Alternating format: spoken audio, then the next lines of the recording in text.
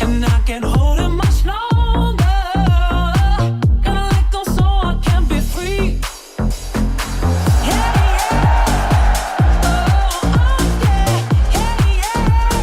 Let's do this. It is the All-Star Takeover. It is the end. This is the final show for Foul Territory.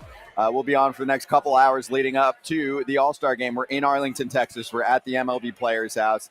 Awesome to be here in person, talking to a ton of All-Stars. And we'll have Tyler Glasnow coming up and Ken Rosenthal. It's Braun, Pierzynski, Trevor May, Erik Kratz. Hello to everyone watching on national television as well, on Valley Sports and on Marquee. Good to be here. Good to be here. How you guys doing? It's been a good couple days. Yeah. It's good when I say that and I look at you guys and you're like, man, it's been a run. It's hard to tire you out. Deep. It's a deep run. Deep run. Rarely am I the guy that's been here for the longest, but yeah, you do have the most experience this week specifically. So cheers to you. What about you? I mean, I know you came last year to kind of survey the scene, right? Yeah, and now you're here as like a media-ish member. It is interesting. Last year I was a little more. I was told where exactly. Like I had a window where I was needed, and then after that, and I was at home too, so I could go to my home. Yeah, and there's been we've got this show, but like a lot of downtime. Unfortunately, yesterday a little possible food poisoning was happening for a while too, so I was stuck in the old hotel room. Been there before, but today it's been. Just hanging out here, it's been great. Yeah, the energy's awesome. Not fun. You look good though. You dropped 5, which you didn't need to, but you dropped 5, which was great. I need to drop about 20, actually. But thank you. mass does not equal whatever you're doing now. Yeah, no, TikToks. I guess Mass does not equal TikToks. Mass does not equal Hey, TikToks. at least you had something to watch while you were feeling ill. I did. A little derby action. So let's charge the mound on that. Charging the mound. Time for your home run derby recap. So let's start this way. Grade it from 1 to 10 in terms of entertainment. Start there. Who wants to throw a number out? I'm curious to see what you guys say. Mine's a 10. I had a great time. Care to elaborate? I mean, I was in the stadium. I saw, I don't know how many people that I haven't seen in a really long time. Yep. Saw the last pitch. You saw the fly ball. I saw the last. Yeah, that was the. Okay, maybe we shouldn't start with No, him. but you asked to rate it. I had a great time. No, you personally did, but what about? Oh, sorry, you didn't say that. You weren't What? going to be more specific. Itself. Oh, the derby itself. Yes, I thought the ending was great because it ended.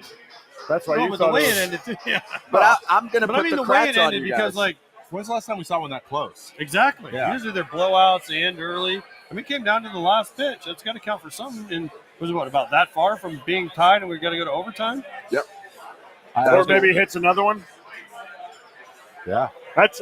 I like it that way. I think there needs to be some type of happy medium between time and outs, because the outs part of it, the crowd was more engaged. The time part of it, they were like, "Oh, come on, get on a roll," and they'd hit 3 in a row, and they'd be like, "Hey," and then they'd miss one, and then they hit 2, and then it never culminated. But with the outs, I feel like there's a way to not have the Sammy Sosa where it's like swing, take a pitch, swing, take a pitch, take a pitch. I feel like there's some kind of happy medium just based on how the crowd was feeding off of the outs section of it. That's where I felt like the action and entertainment in Home Run Derby was. The pre-Home Run Derby, introducing the guys, show. I thought they did it Texas style, and I thought it was such an awesome pick with everybody standing on the star, how they were walking out of that thing at second base, like legit. I thought that Anthem was too. legit. No, I'm actually. Don't do that. That was so easy. Don't do that. That's chalk. What? She tried her best. Yeah. No, she actually, really didn't. no. There's actually a story to it. I actually forgot to show you guys before. It's actually a little more saw it. serious. Well, then you you can saw tell the us story, so. Yeah. So she. There was a whole, thing. There's It's a thing. Yeah, there's a thing. You can look it up. So actually, there's a whole that We'll look it explains up. it a little bit better. Let's put it that way. But you're going to check into some rehab. I agree, though. I agree. I love the outs thing where like it could go. If the guy needs 12, he could hit 12, and it'd be crazy to see. The idea that you set a baseline like where you're at. This is how many I have, and now you know how many you need, and then the clock's taken out of it. So like you can see crazy comebacks. You can see guys or not. You're behind by 2 and then you blow it. Yeah. Like the other way. It gives both. And I think we've had both of those formats be the whole thing before. I like the combination of it. And I don't think I've ever seen it come down to like the last swing. Ever. And usually it's petering out by the end because everyone's so tired that no one's hitting any homers. And they did it all in the first round. So I felt like it spread the tension around a little bit. It was like you had a reason to keep watching. Someone did make a hilarious comment about how you mentioned the guys like behind second base before they came out. How funny it is that they were all just sitting there together, like 8 guys, like, "Hey guys, what's up?" Like before they came out, they're just hanging out in a room, crammed in that little box. And then watching them all slowly get up on the star because they're wearing cleats and stuff. They're like, "Am I gonna slide?" Like Osuna looked like he was gonna die, and then he stood still. But other than that, I thought it was great. There was one other thing too. When I don't know if anyone caught this, when Gunnar Henderson got announced. And the host said, "Gunnar Henderson, if you can pronounce his name, congratulations, you can speak English." I did hear him say that. I was like, he had some good quips. That was a dynamite one-liner. Say that one again. He said, "If you can pronounce his name, congratulations, you can speak English, Gunnar Henderson." Because he was doing a good job of doing the other Teoscar Hernandez and everything, and like Pete Alonso. He said about Pete, he's like, with an English name and a Spanish last name, Pete Alonso. And so he did a good job. I didn't hear the Gunnar Henderson. He just said it like that, which was awesome. So really I gave it an 8. Yeah. I gave it an 8 because I thought it was fun. It was enjoyable for me. Still some room for improvement. Then I heard Scotty was like, whatever. And then I was like, oh, man, maybe I'll have a 7. But then I talked to Ryan Howard last night, a winner of the Home Run Derby, in dramatic fashion off the Hit It Here sign in Pittsburgh when AJ was on the mic. Oh, yeah. And he was like, I thought it was an electric Home Run Derby. And he wasn't in a mode where he had to say a certain thing. So it went back to an 8. Okay. Scott swayed me, but it went back to an 8. So sway me again. Okay, I'll sway you back. I mean, first off, this is my job, okay? I can complain because I love a lot of things, but also I just have to present some counters. Like the first round does feel lengthy still. Like I feel like even for fans watching, you kind of rise, and then it's so much that like it kind of hurts the rest. Like think about it, in the finals it's 2 minutes, but in the beginning it's 3. Like shouldn't it maybe be the reverse? Good point. You know what I'm saying? Like I just feel like I mean I took my dad, and he had never been to one, and he wasn't paying that close attention to ones in the past, and he's like, first round's a little much. He's like, I want to get to the good part or whatever. And I'm like, it takes a while. They have to fill the time. We can show this tweet too. This will help the cause. And then we can get your rebuttal. But Tristan Casas was doing like a TikTok thing live on MLB's channel, and he said he wants to participate. Cool. Hopefully the Red Sox let me do it. I heard the Red Sox don't let people do it. There were stars. Cool. It was still missing star power. In my mind, it was still missing star power. Like I want Judge or Tani Soto. Like we can probably come up with at least 5 to 10 names where we're like, oh, that would be sick if he was there. In my opinion, I didn't feel a lot of that. I'm looking for home run distance. People want to see 500-foot homers. Obviously, I didn't hit my over, so I'm a little pissed about that. But your thoughts? I'm not trying to knock it down to a 2. I'm just saying, for me, yeah, it's more of a 6. I think before I get into how I think you could fix the first round, they won't do it, but it'll be fun. The second part of that comment, is that alarming to you guys? That the Red Sox, I thought that's what that tweet. Yeah, he's saying the Red Sox might not let him do it. The Red Sox don't encourage guys to do it. So are they taking it that far as encouraging a Rafi Devers to not play in the game? Are teams not? This is the Major League Baseball All-Star Game. Why are they not encouraging their players, which are the sport? It's not the names on the team. It's not the stadium. It's the players to showcase themselves. So, to me, that's a guy that's been in the organization for a long time. So he's not talking about just himself. He's talking about other guys that he's seen talk about this. And Tristan, he's only in the big leagues for 2 years, but Tristan's been in the organization for a while. Yeah. Rafi looked really good on Sunday. I mean, maybe he's dealing with something, okay, but I get the rest thing. I mean, I know in the NBA, it's like, load management's the whole thing, right? Guys don't play for that. And they're having a lot of these same issues. The guys just opting out of the All-Star game. But like at the end of the day, like it's an entertainment industry, right? We're entertained. It's part of the entertainment. Yeah. I always said that about playing too. I'm like, at the end of the day, we're playing a game and people watching us is the point. So, you can talk about injuries. You can talk about the investments are the team's investments, right? The teams are investing in the guy, and maybe they're not receiving the value in that the All-Star game is providing. I don't like that as an excuse. I don't like hearing that very often at all. But it's not a great look if that's true. That's one of those things where maybe you go, hey, do you want to play or not? And just kind of, if they want to go, though, you let them go. yeah, they might be like, oh, your shoulder. Oh, are you It feels sore? like it's just like it's making a weird noise. Like it's fine, but in 3 days, it's really good. So, I don't know. Just throwing that out there. But we'll give you more Derby and All-Star thoughts and the whole deal. Tyler Glasnow coming up next. Good conversation with him that we'll check out here. So we'll be right back on Valley Sports TV. Oh, yeah.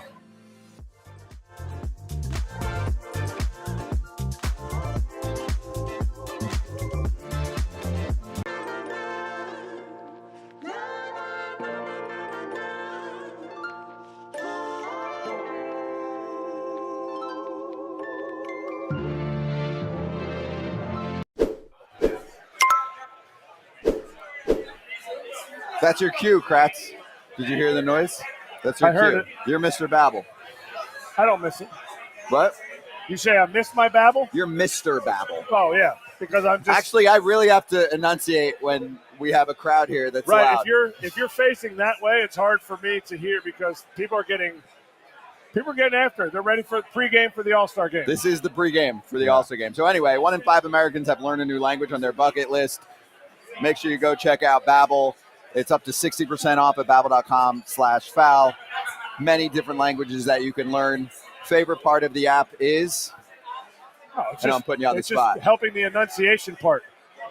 I feel like I'm good at it, but it helps me because I know Dominican Spanish, so I have to learn to say ustedes. If I just say usted, they're like meh or whatever. It's like a meh meh instead of the beep, beep.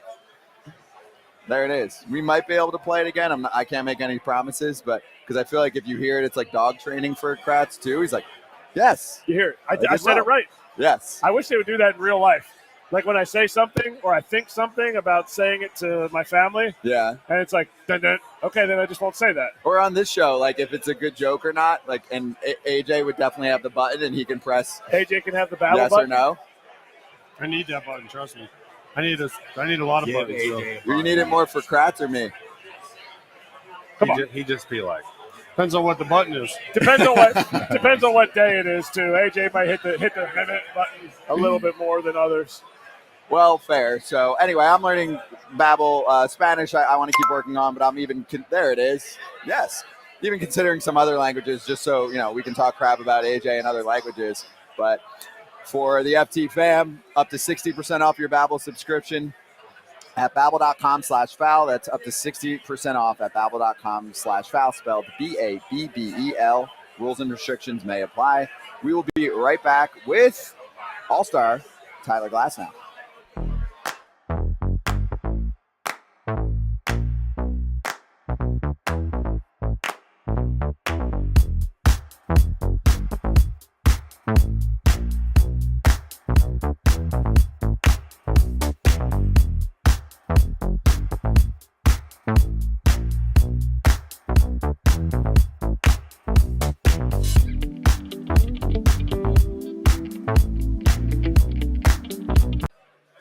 FT is back with All-Star Tyler Glasnow joining us right now. Tyler, great to see you in person. Yeah. And welcome to Arlington.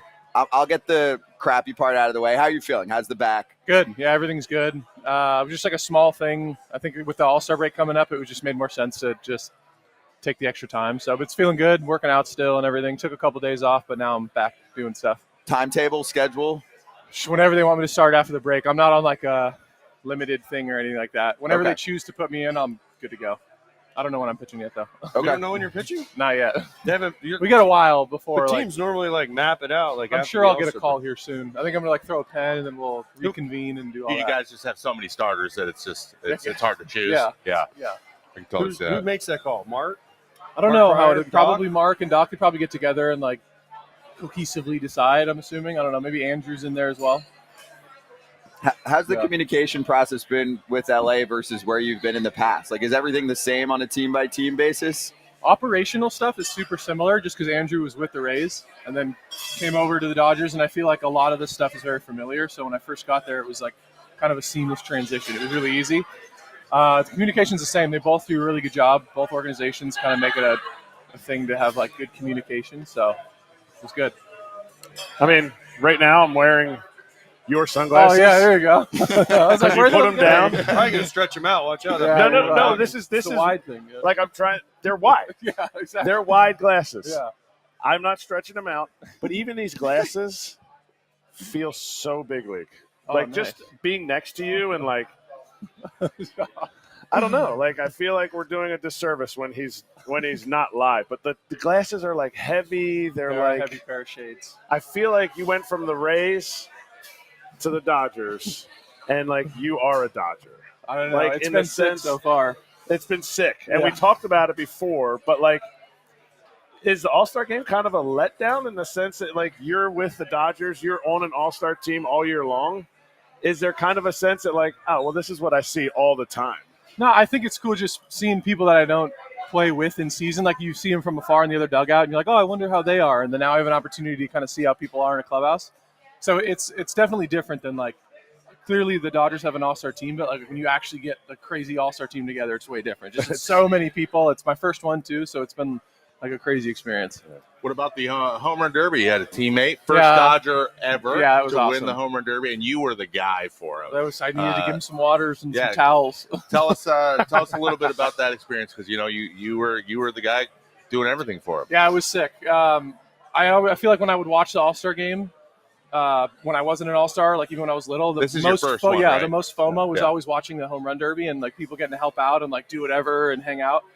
So it was just a cool experience to go sit out there, see what it was like, and then kind of hang out and talk to all the other players. And then when Teo would come up, just kind of help him out. And it was just a cool vantage point to be down there and see all those homers. And it was really entertaining. What was he saying? What was he like? It was funny too. All right, so first round he was kind of just doing his thing, getting it going, and then the second round he had 4 before like a minute and a half, then called time, and then I went up and gave him a water, and he's like, I'm about to hit 6 to 8 home runs right now, and then he hit 7 home runs, and then he had 3 left, and he was like, I'll probably get the bonus to go farther, and then I'll hit like 2 more, or like what he called every single round. He's like, I'm gonna do this, and he did it. It was crazy. He just called like everything He had he did. like a game plan Yeah. in his head of what he was going to I do. guess so. He was like 6 to 8, and I was like, those are words. Like I didn't really think that, you know what I mean? And then he hit 7, and then as every round went on, he was just like calling all the shots. It was crazy. You were more overwhelmed. You were more overwhelmed by the situation than he was. Oh yeah, And no doubt. You were like, I hope should I go towel? Yeah, exactly. Wait, are Yeah. the kids doing Gatorade? Should Yeah, I- he'd run up and do it, and I was like, okay, so he's got Gatorade. I got to even it out with some water. I was asking like, you need electrolytes? You're swinging a lot. And he's like, just give me water. And I was like, all right, that's perfect. You're like his corner man. yeah, I was just That's trying right. to You do what I ready to come out can. with like the ice bags? Yeah, They yeah. put him on his neck. cool And him watching down. too, just He's like the being cut into man. it. It was We sick were just to watching watch. Salvi and Reagan's coming out, and they were like asking questions and like trying to Yeah. get him the information he needed. Like they were cornermen. They And were too, like Vladdy came up and was like kind of giving. I remember Vladdy was saying something like, "Try to aim towards the bullpen, like your fly, whatever you're doing with your swing." He was kind of giving him like actual Like tangible hitting advice. Yeah, and I was just like, "You like water?" Like I had nothing to give him. You so. want electrolytes? Yeah, I don't know. You should have been like, hey, this guy throws heaters down the middle. Yeah, exactly. Yeah, it's funny because Dino in the beginning too, the first couple rounds, he was getting a couple sliders, a couple sinkers. Like I think he was trying to get into it, and then as the rounds went on, Dino dominated. His PP got like super smooth. They got in a nice rhythm together, and it was great. Did your heart skip a beat on the last swing though? Yeah, it was not because I walked over early. They were like, if Teo wins, you got to grab the trophy and run over. And I was like, he had like 10 homers or something with however much time, and I was like, oh, he's got it. And then as I was walking over, he kept hitting homers, and I was like, oh, I don't want to like prematurely celebrate. I was trying to like hide a little bit, and the last one didn't go out, and it was great I feeling. mean, Awesome. everyone in the stadium thought it was out. It was in the air it forever. looked close. Yeah. It looked very close. Yeah. So now fast forward to All-Star time. Obviously, you're not pitching in the game, Mhm. but I mean, I know you'll appreciate being here and getting to spend some time with some guys. So Yeah. who's on the Tyler Glasnow list of conversation, hangout, whatever from around the league? Bohm seemed really cool yesterday. I talked to Harper for a while. Chris Sale's the man, and he's like not playing. It's more like relaxed. Some guys are still like into the moment and trying to get ready. So probably guys not playing because I'm not playing. We can both mentally check out together. And I guess from the other side as well, I won't see them as much. But like Clay Holmes, I played with forever. I love talking to him. I saw Aaron for a little bit. I'm sure I'll talk to like whoever guys are around, and I'm sure everyone will be cool to talk to. What about pitches? Whose pitch are you going to try to steal? Because it's a big thing in the All-Star game when you're around all the best pitchers. You got to They say like someone pitch. asked me this, and I was like, I need to think of this, and I Yeah. did. I said like just a good changeup, like because everything I throw goes left. Just something really good that goes right. What about like Reagan's changeup? Sure, That'd be a let's good go one. with that. I'm down. Yeah, tell me about that later. Yeah. I want to know about it. Were you and Bohm, you compare hair tips? No, I was looking from afar. I was sizing him up a little bit. He's got some great hair. But no. I mean, what is it though? His hair? No, are you kind of jealous, or are you like? It's good hair, dude. But And he had a good hair day as well. There's always levels and layers to it, So And that's what I'm saying. Great hair day yesterday Like for we him. compare, so much in baseball. Like, all right, my cutter's better, my curveball's better. Yeah. I have this.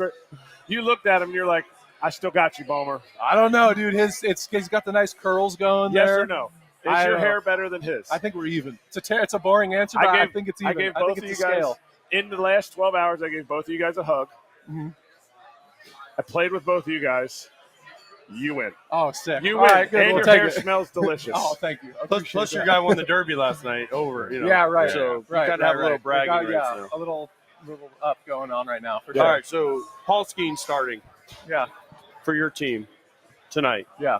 Are you going to walk up to him and say, "Hey, I was you before you with the Pirates"? Yeah, I wasn't quite him. When I was 22, I was rocking like a 7 ERA and a lot of anxiety. I saw it. Yeah, I saw it. I was there. He seems pretty chill. I talked to him when we went to Pittsburgh. I talked to him yesterday for quite a while. I sat next to him, and he handles it really well. Even asking like, "Are you nervous?" and stuff. He's kind of like, I'm sure a little bit, but he's like, "It's just baseball. I'm just going out and doing my thing." So I think like consistency wise and just how he carries himself compared to like most 22-year-olds is really impressive. Are you going to go watch his warm-up routine where he like straps the bags on his back? and Depends does what all I'm that doing. I don't know. Yeah. If I remember to, and then I'm like around. If there's not anything going on, maybe I'll go see. Some people like to be alone warming up too. I usually don't try to like get in other people. You know what I mean? Yeah. Maybe from afar.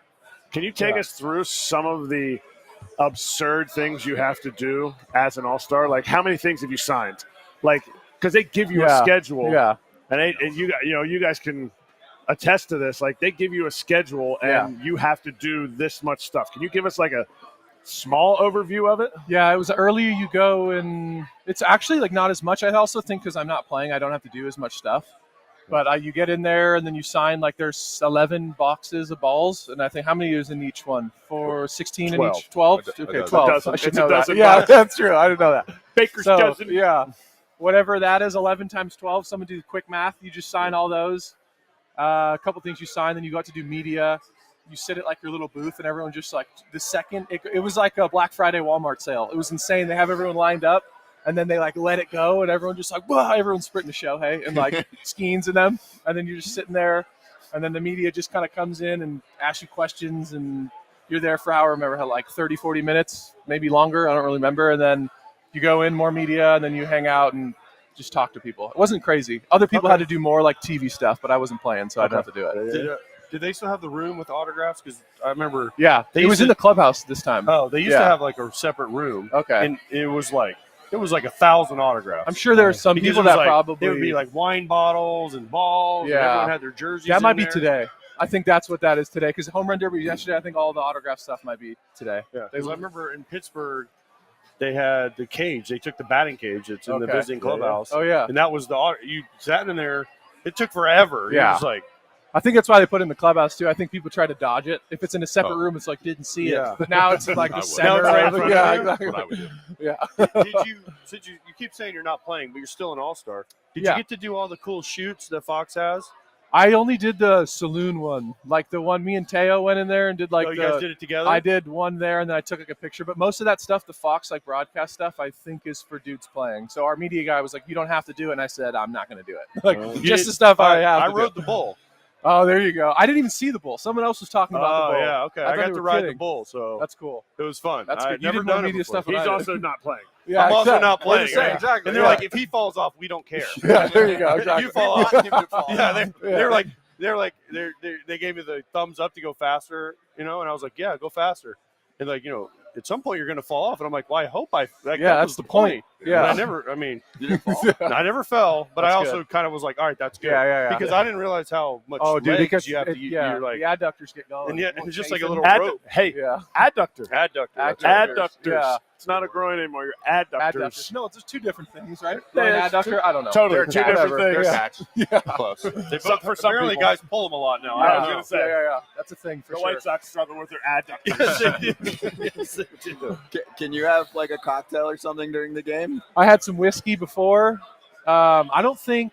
Before this or before the Derby. No, before the Derby. No, Yeah. I'm clean and sober right now. It's unfortunate. Yeah, it's early. Before there was some like whiskey and stuff. You have to bring your own. They don't like have it anymore because I think previous times guys were having too much fun and they were like, too much fun, can't do it, which sucks. But like, that's what it's for, right? 2006, I didn't play. I knew I wasn't. Yeah, gonna that's play, I think the But I wasn't hurt. Ozzy, our manager, was the manager, so he's like, "You're not playing." yeah. So yeah, and that's when they used to have alcohol. They in the did. clubhouse, I so think it's- too. Yeah, which is kind of fitting for the also. You kind of get the break. Everyone's supposed to drink and hang out together and stuff. So it's a bit different now. But yeah, I had some drinks yesterday. This is why we can't have nice things. AJ ruins them. It's all my fault. That's fine. Can you give me like an update on your friendship? This is weird, but with Shohei, people just want to know anything about him, right? So from your perspective, you've gotten time to spend with him, and like, are you at a level where you're here, right? He's going to be in the clubhouse at some point, and you'll go hang with him and spend 10 minutes, and how are you communicating with him? Is it still, like, is he picking up on a lot of things, or is everything like interpreter? No, he You. doesn't even have an interpreter anymore. So he's just like riding solo in the clubhouse, and he speaks great English. He's like super easy to talk to, super happy-go-lucky, like all the time. And I think early on in season, I was like, we'll see how long this lasts. Like baseball season's very, very stressful, and all the stuff he was going through. And every single day, he was just like summer camp. It was crazy, like very, very stoic, like just super happy, like go 0 for 4, and just like, all right, whatever. Like he's just super. And I think hitting like 230 with like a cushion of 28 homers is helpful, but from the beginning of the season, he's always been like just the same human being every single day. It's really impressive. That's right. We had Imanaga yesterday on. Yeah, And I he's the asked man. I him. talked to him too. He's a good dude. Yeah, he was funny. Yeah, But he said him and Yamamoto are like super tight. They Oh, talk nice. every day. Nice. So I asked him, when's he coming back? He said he didn't know. Well, you're with him every day. When's Yamamoto coming I back? don't know either. I just saw him. We did like a rehab thing together when I got put on the IL, and he was throwing. So he's like 60 feet, 70 feet or whatever. Was he throwing a ball or was he a throwing ball? the javelin? It was a ball. I think he was throwing a javelin before. I don't remember, but I saw him throwing a baseball, and he looks good. I don't know like his progression or anything like that. I think the main goal is probably to get him ready for playoffs too. So I don't know how that, like whether they rush him back or whatever. I don't know what they're going to do, but he looks good. I know he feels good. I've been talking to him. Do you feel like some of those decisions are made pitching-wise and injury-wise? Like, hey, something's always bugging guys. Yeah, right. And the fact that they want to kind of make sure you guys are 100 for the playoffs, do you feel like some of these IL decisions are made because we're going to get that taken care of so that your innings are a little bit lower and we're 100%? Or is it 100% if this was any other season, you would have still stayed off the IL? Or even Yamamoto or anybody else? Yeah. I think for me, like if this was like at any other point, I'd probably try to just get through it and stuff. Yeah. But I think it's like, why would we? I think the main goal is playoffs. It's not like you're trying to. I guess you are trying to take off time, but you're not trying to like not make starts. But you definitely, I think the main priority is to be ready for playoffs. And I think with the trend in injuries, it's just like whatever you can do to try to mitigate some of those injuries. I think a lot of teams are going to try to go that direction. Like not really anymore 5 days, and like it kind of is changing a bit. Yeah.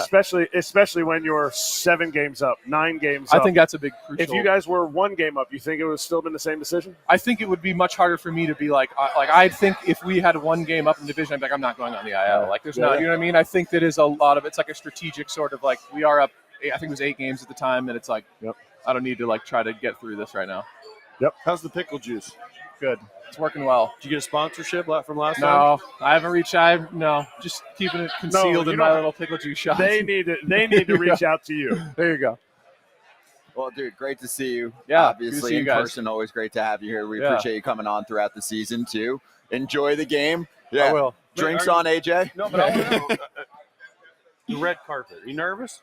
No, it's pretty I've done it before, and it's not the All-Star game. I mean, but with the Dodgers. with and- these Yeah. looks. No. and this Like, hair. the Dodger That's has what like he a does. gala, and they do it then. It's always you have a little bit of like, what do I do with my hands type of thing, but it's not. It's fine. You just take pictures and say hi and kiss some babies and He's such. nervous. I'm nervous about the heat because it's 100 That- degrees I'm the today. sweat. I am bullets, nervous for sure. about that. They Pickle need to juice start now. figuring out a Yeah. little indoor action. Like have it at Jerry World next time. Just say it again. Sorry. Have it next time inside the Yeah, for football real. stadium or That'd be a good something, so idea. that the players. I'm not even worried about the players. I'm worried about the players' families, where they're like, Sweating and the Are kids we and all the serious? Yeah, Yeah. it'll be gnarly. But whatever, could be worse. yeah, The wife's makeup is just pickle juice. Yeah. I don't want him to cramp on the red carpet. I'll make sure to Please. get it in there. Picklebacks and stuff. Yes. I'll do it. I'll be good. appreciate you, Yeah, Tyler. thanks, Great to guys. see you, There you Tyler go. Glasnow. Get you a lift. Whoa, guys. Yes, looks great, Guys. smells great. Smell that. There you go.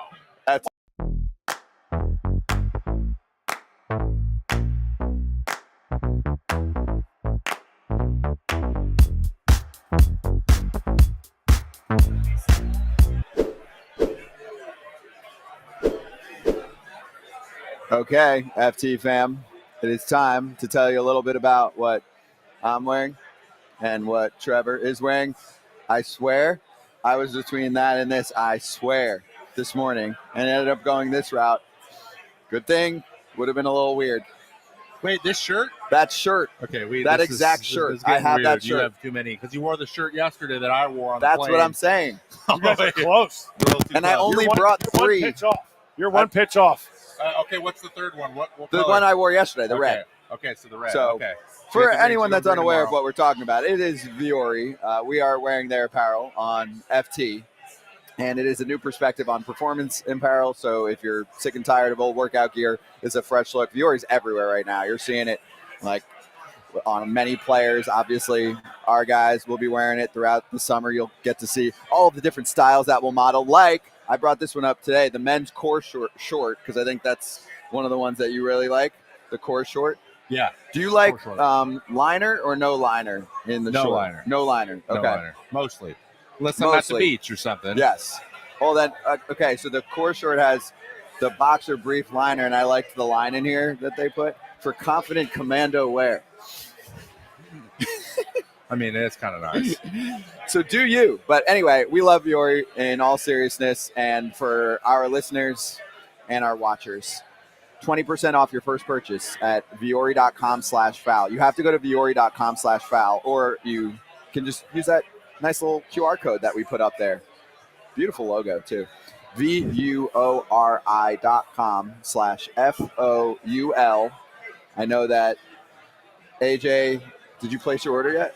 Not Place yet. an I order? have to do when I get home. Okay. I haven't had time to breathe. Yes. I'm fair. going to Well, tonight. it's breathable, so you'll like it. I know. That's what I need it for. Yeah. And you?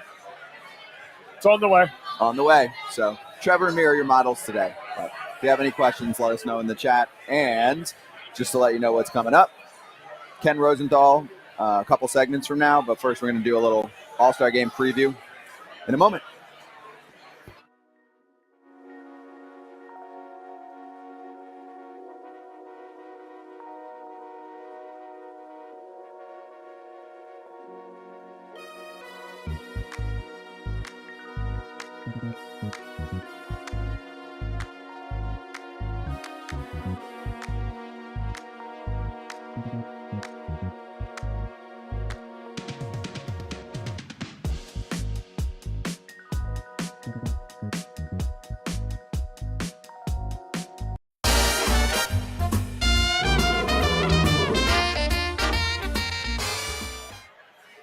Hey, it is time for our BetMGM Locks. We have one game to choose from, but you can do a lot of different things within the game, which we will do. And we can also kind of preview the game, which I would like to do as well. So I asked everyone in the chat, too, if you're watching on YouTube right now at Foul Territory Show, that you can let us know something, some prediction, over, under, win or who's going to win the game, something like that.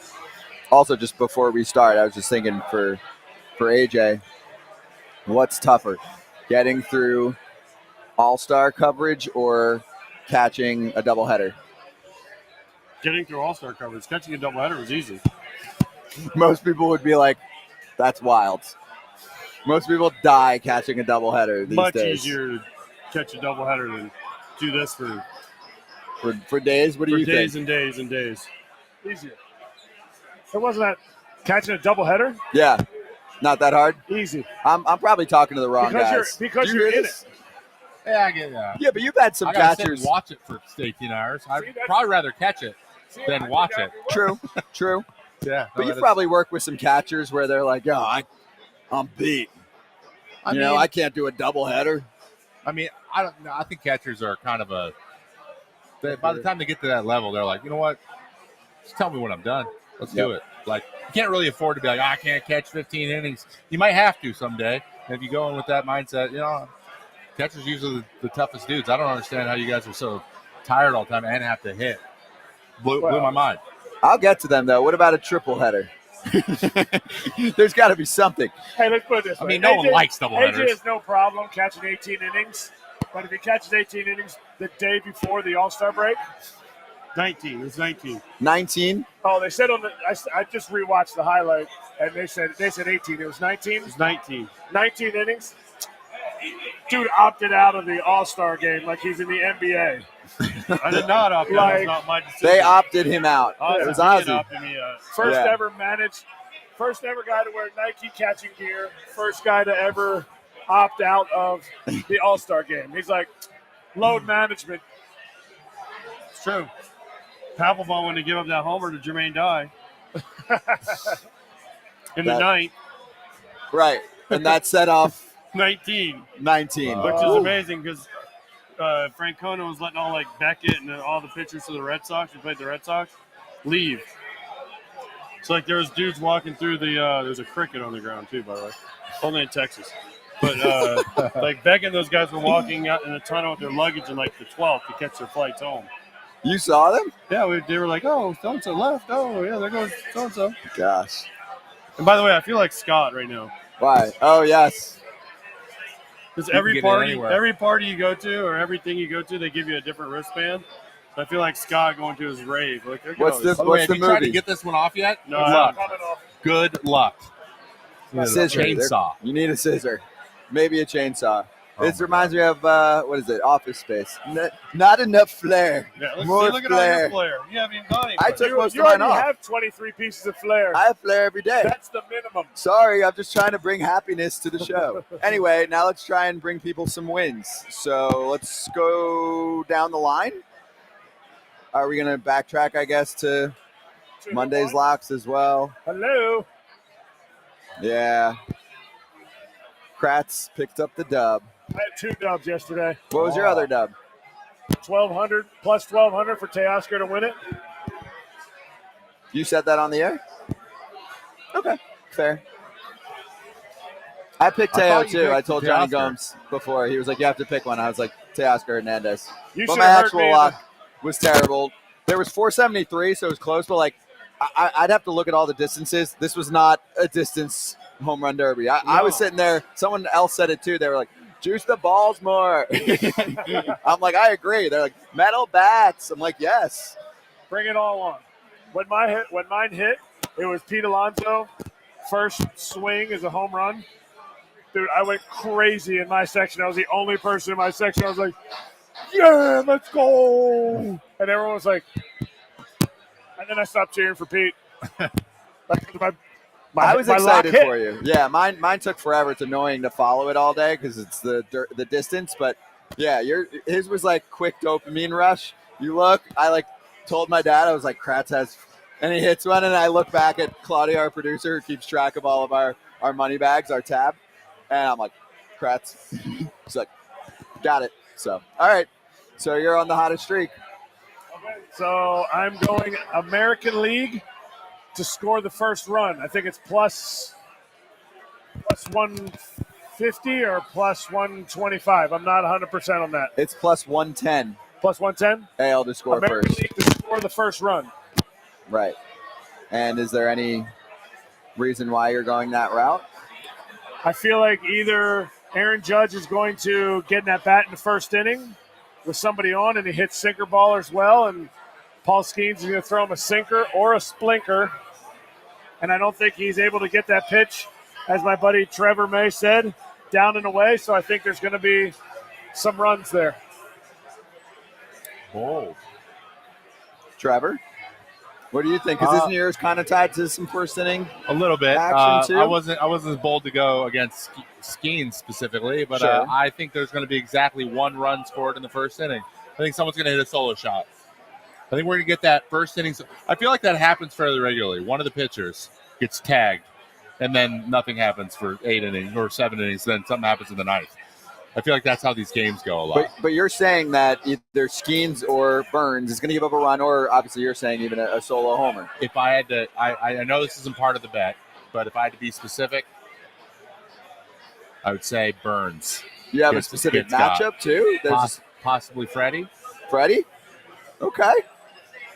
I don't know if that's a great matchup for Corbin. I think Freddie's he likes to cut the ball back over the plate. Yeah, I think I don't if know there's that, a guy who can do it, stay inside that Where are ball. you It looking at is the lineup? Freddie Freeman. No, I'm seeing what I Freddie is. hated pitching that I guy. like cutters up and in. Yeah, I mean if he gets it there, he's Corbin Burns. So these guys are the best guys. It's not like It's the best on the best. yeah. I'm playing off of Trevor's thoughts of maybe some early action, and Trevor was kind of talking me into it. He's like, yeah, you might see some early offense from the superstars, and then it dies down. Because I was trying to look at the over-under, and you definitely could go under. It's been hitting year after year. I think 3 or 4 years in a row. It's down to 7 is the over-under for our All-Star game, but I'm like, nah. So I'm going first 3 innings over 2.5 runs. Like if there's going to be damage, maybe it's early. First 3 innings, Yeah. I need 3 runs or more. Not easy, but it's at plus 115. I was like, I want to do a plus bet. That's where I'm going. Somebody's going to get a little bit lit up early on in this game. Okay. Freddie Freeman's 3 for 9 off Corbin Burns with no homers and 3 punchies, by the way. So it's kind of mid for Freddie's career. No damage. So it's completely straight average, except for 1 homer in there would make it, I think, perfect average of his career. Yeah. That's about what he does to literally everybody. Yeah. So Not much there. No homers. no homers. That's what I'm saying. No homers. Not yet. Freddie didn't really like the cutters coming in on him. Yeah. So it's the one reason I worry about Freddie. I went American League. Listen, I was an American League guy for most of my career. So I went American League to win. Why? Because I played in 2 of these. One of them was a tie, and we won the other one. That's bad. So American League is usually dominant in these things. So I just went straight money line American League minus 120. Simple. Nice. I think I wonder if it'll change. I mean, yes, the AL's still been dominant if you look at the past 10, 15 years, whatever. But with the DH balance now, I felt like that gave them – you don't think that has It doesn't anything to do with matter. it? how does Why? that matter? You can get certain hitters over to the American League in the past that you couldn't get to the National League. It helps. No? It's not that – Maybe a little bit. I don't think Not enough it's of a been thing? too many Not years, really. and they use the DH. Shohei Ohtani They use the wouldn't- DH, but they use the DH in the All-Star game for a long time, haven't you? No. I'm talking about the talent mix. Like Shohei Oh. Ohtani is in the National League right now only because there's a DH. That's He very good would point. have been on the Dodgers his whole career if they had a DH in the National League when he came. That's why he went to the Angels first. So I don't know. Maybe I'm getting You're way too Too deep in in-depth. the weeds, bro. whatever. Okay, so if you're new to the BetMGM Sportsbook app, look at Jamie Foxx and tell me that doesn't get you excited. BetMGM.com or on iOS or Android. Sign up and deposit at least $10 into your BetMGM account and then place your first wager and receive up to $1,500 back in bonus bets if the bet loses. And if that happens, your bonus bets will be available once your initial wager has been settled. We are swinging back with Ken Rosenthal, Kenny Ballgame here in Texas.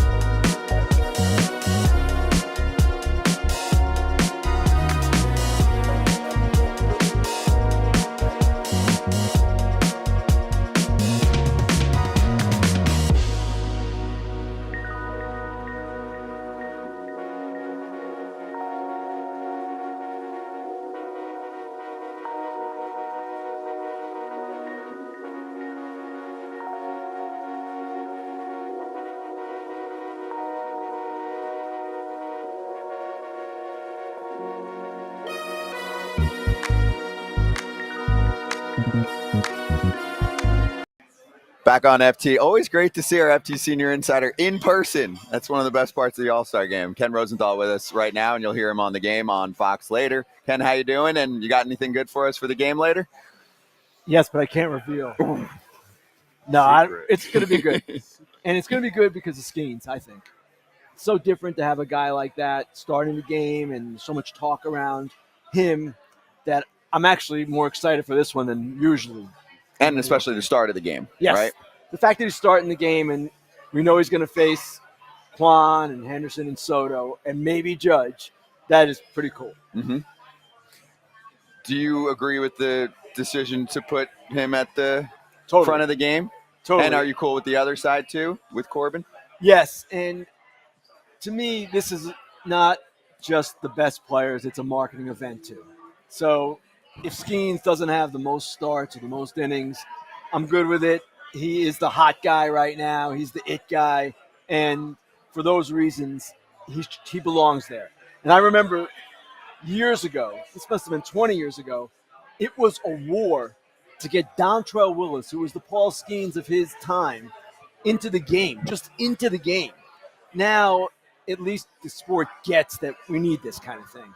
And as for Corbin Burns, obviously Scuba would have been a worthy choice too, and you would have had a young pitcher against a young pitcher. It's cool. But Corbin Burns, to me, the same kind of entertainment value, part of a big trade with a first-place team, going to be a big free agent. So I see that as a logical choice. But who was in the way? Who was in the way before, or who pushed this through? I think it was more of an old school, you got to earn it kind of thinking. Dirt in your cleats? Yeah, and I understood it at the time, but for this game alone, it's not about that kind of thing. It's not about, hey, he's got to have the best ERA. We have other measures and other things we do for that. This, to me, is pure entertainment. Put the best product on the field for tonight. How much do you think that the no-hitter right there at the end had to do with this decision? I guess, Trevor, if he hadn't pitched well that day, maybe it's different. Maybe it's different. I don't know. Yeah. But it was tilting timing. that way even before. Yeah. And, yeah, the near no-hitter, the 7 innings, that was obviously outstanding. I mean, the guy's 6-0 with a 1.90. It's not like he's just coming out of the sky here, you know? Yeah. Who makes the decision, though, to start him? Is that Torey Lovello, or is that the league? I think it's the league. The league's saying, hey, I know Torey's taking responsibility for it. I'm sure he had a say, a voice in it. And Torey gets this kind of thing. But it seems to me the league stepped forward here. The league, certainly with the announcement and the timing of the announcement, that was the league. And I was shocked when they announced it Friday. That's never happened before. It's always yesterday. It's always the day before the game. They have the press conference. Here are the starters. But the league wanted to build some buzz, and, hey, good for them. They did something right. Yeah, did something right. For all the shots we've taken at them, No doubt. they did this right, Yes. and that's good Yes. because people are going to want to watch. I would see think Paul people are going to Skeens. tune in. Yeah. Because people know Paul Skeens, they know Livy Dunn, they know the whole story. Right. He was in LSU last year. and here he is starting the. Now it'd be cool if he was on the home team, and he, Yeah. top of first. Here he comes. You got to wait, but it's still pretty awesome that MLB went and made a right decision. I'm totally with you, AJ. Did they do the Derby right? And I will also If add, they do the anthem right, let's start with that. well, we're going to get into that on FT later on too. But did they do the Derby right with the format? And also, I know you pointed out how there was a lack of star power. I really felt that. Yeah, it turned out well. The ending was great. Sure. Teo over Bobby Witt and the ball going to the wall. That was awesome. It did lack star power for me.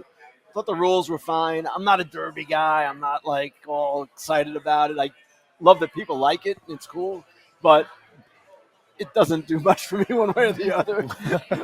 At the same time, I thought it was entertaining and it was fine. And it would be helpful if some of the bigger stars were available. Some of them just weren't, or willing to be part of that. Catch us up on what's next. So last week you said, hey, there's probably going to be a draft pick traded. We gave you credit, nailed that. There was a draft pick traded leading up to the draft. And for the crowd, obviously watching on Valley Sports, YouTube, etc., they're like, when do the trades begin? So usually, I think you've talked about this in the past, once the draft ends, there is a shift of focus now to scouting players. Yes. Not so much scouting, although that's taking place, but the conversations among front office people shift. They've been locked in on the draft, and rightly so, until yesterday or today. And now maybe they take a one-day breather and then go forward with some serious trade conversation. I expect that most of it will take place, as it always does, at the very end. That's the nature of a deadline. It kind of forces the action. But we saw the Hunter Harvey trade a couple of days ago, and I would expect also one or two or three in the days leading up to it, maybe even as soon as this weekend. I'm not hearing anything specific. I don't want to mislead anybody, but it's just the way these things normally go. Ken, we had I'm interested to hear what you think about this, what your general vibe is, because we had Moylan pop on the show yesterday and talk about how he's a little bit lukewarm on how he thinks this thing's going to play out. He thinks there's going to be maybe smaller moves made and maybe some disappointed teams. And I, after thinking about it myself, I'm anticipating some. I'm not anticipating a big Cespedes in 15 type of trade, but I'm interested to hear what you're thinking, especially in the NL when like every team's still in it. Right. We're not going to see a Soto trade. We're not going to see a Scherzer Turner trade, I don't think. That said, every year people say, it's going to be dead. It's not going to be as lively as it should be. And every year we see a good amount of action. I do expect a good amount of action. Maybe not the big names that we've seen at Shuffling, certain maybe years. more. Shuffling, because the GMs, as conservative as they often are, they're also itchy. And they also know that, they can get ripped for making a trade, but they can also get ripped for not making a trade. And more importantly than getting ripped, you don't make a trade for a team that's in contention. You guys, the players, then you have to answer to that room. And that's a dynamic that's quite unusual in this sport, and it forces the issue. So I do expect things will happen, and I don't know about volume compared to previous years, but I still expect it to be active, yes. Well, who do you – we've kind of dug into this a little bit before. Who's the big name that you think is going to go? The biggest name guy that you say he's more than likely. I can't say anyone's going to get traded, but who's the one guy you're like, he's the most likely? Crochet, in my opinion. And I don't know for sure that he moves, but I would expect that happens because there's a lot of momentum for it. There's such a lack of starting pitching available. Now, I know he might not be a starter the rest of the year. I get it. But he will be for the next 2 years, and he's going to help your bullpen at the very least this year and maybe take the mound for a playoff game. So it seems to me there's going to be a lot of momentum there, and there's going to be a lot of interest from various teams. There are so many teams, guys, that not just need starters but are almost desperate for starters. And I'll tell you which ones. Baltimore, for sure. Cleveland, for sure. Houston is another one. Boston, they could use a starter. And then in the National League, Milwaukee, I don't know if they'll do it, but they should be desperate. And then the Dodgers, and the Padres also. That's 7 teams in, I would say, dire need. And then there are a number of other teams that have just a simple need. Yeah. We talk about being like, okay, well, this is happening, so they're going to make this type of move. Orioles and the Dodgers kind of backed into the All-Star break. They had their needs, like you said. Did anything in those last 2 series make you think or you hear that they're shifting? Like, okay, wow, we didn't know we knew we needed starting pitching. We didn't know we needed bullpen help like we do because they let games slip away. Dodgers did, yes.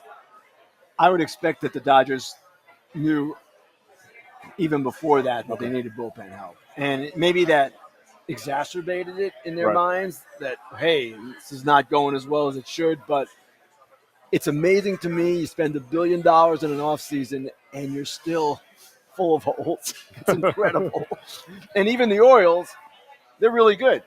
But they're in dire need of a starting pitcher, not just for the rest of this season, but beyond. Because Corbin Burns is not coming back. And you've got Grayson Rodriguez, Dean Kramer, and Povich.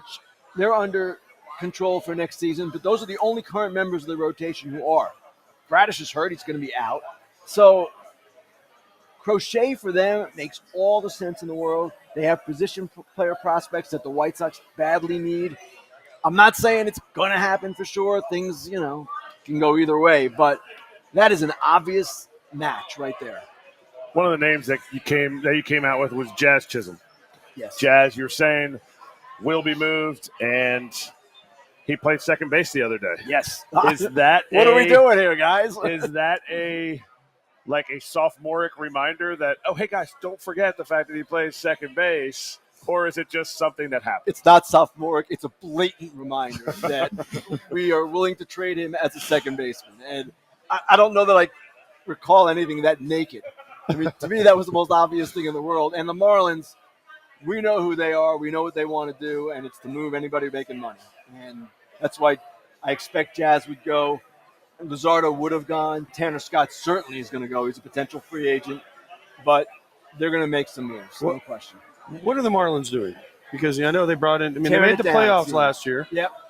But they didn't even try. Like, normally you at least try the next year to repeat and make the playoffs again. Yeah. Instead, they brought in Peter Bendix, right? Well, they brought in They Bendix. signed Anderson. They did. The second Tyler attempt. Anderson. They signed Tyler Anderson, Trevor said. Tyler Anderson. Tim Anderson. Tim Anderson. They brought in Bendix to basically tear it down and build a sustainable contender. But I thought They that's didn't what think it Kim was Ng had just sustainable. done when they made the playoffs. With no payroll. And Jeter did it too, remember, for Sure. a long time. People act like with them, oh my gosh, they couldn't have just kept going. Why not? Now, I know they had structural problems. Their infrastructure wasn't great. There's a lot they have to do. Farm system, international scouting, they had a lot they had to keep going on. But doesn't mean you can't compete at the major league level. A major league organization should be able to do 2 things at once, 3 things at once, 4 things at once. And they took this approach. We want to be Tampa Bay. We want to bring it all the way back and then build back up again. That's fine, but you better execute it. And it's going to be difficult for them to do. And that's been the Marlins, though, forever. Right. Right, 97, they've never won a division. They've won 2 World Series. They get there, they win it. Everyone's gone. 03, they build it up, win. Everyone's gone. That's been over 20 years now. Yeah. And here they go again. They didn't even win they got to the playoffs, but they didn't win anything in the playoffs. I mean, when you make the playoffs, to me, that's the first step toward a positive period. A window being open, for lack of a better term. And yet they chose to close it. And it was an ownership call, clearly. Kim goes, and Kim clearly had some differences with ownership about maybe direction. Jeter had differences with them before that about direction. And it comes down to spending money. And the owner doesn't want to spend money, and this is where you are. Can you name a team that you are going to be watching very closely, results-wise on the field over the next few weeks? We talked about this a million times. Like, who are the buyers? Who are the sellers? The next few weeks will decide that for some of these fringe, probably NL teams especially. Texas. Oh, AL, okay. And I looked yesterday, Texas, the Cubs, and the Rays are all between 12 and 17% playoff odds. Not very good. Now, each of those teams played a little bit better toward the break, and you can kind of think, okay, it's not over. Diamondbacks were 13% mid-August last year. But Texas, if they choose to, can almost control the deadline. They've got 2 relievers that people want, Yates and Robertson. They've got starting pitching that they can move. They can move Evaldi, who's going to vest his option most likely. They can move John Gray, who's signed for next year. And position players too, Nathaniel Lowe and Leotis Taveras. There's a lot they can do. I'm not saying they will, but that's a team to watch for me. Okay. And on the National League side, I mean, I know a lot of fans are asking about the Cubs. Now, I think we've talked about this. It's not just what happens with them, but also what kind of pieces can they sell that are actually going to be worth kind of punting on the season, even if, like, let's say they're 5 or 6 games back by the deadline. That's my question with them. What are they going to sell? Cody's hurt, and he would have been difficult to trade anyway because of those player options. I don't expect them to do anything really dramatic like throw Justin Steele out there, though that would get them a ton. But where are you doing? What are you going if you do that? So I'm not sure if they can do anything but stay in it, maybe try to upgrade a little bit and hope they get hot. I don't know how the other side looks of that for them. Mm-hmm. Hey, what's the drop dead day for some of these teams? You talk about Texas, right, and where they're at. You talk about the Cubs. Like, let's say the Cubs go out and win 7 in a row after the All-Star break. What happened last year, essentially. Yeah, and they went and got Candelario, Yeah, right, instead of selling their guys. I would say the 28th. 28th? 28th. So you got about 10-ish Yeah. games before These are the playoff games Okay. for those teams, in a sense, because it's going to decide their course. Now, the Rays are another interesting team because they can trade Eflin.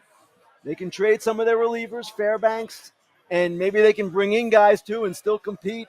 They're always interesting to watch, and they're in a funny position too. They're kind of a 500 team, hasn't really played well the whole year.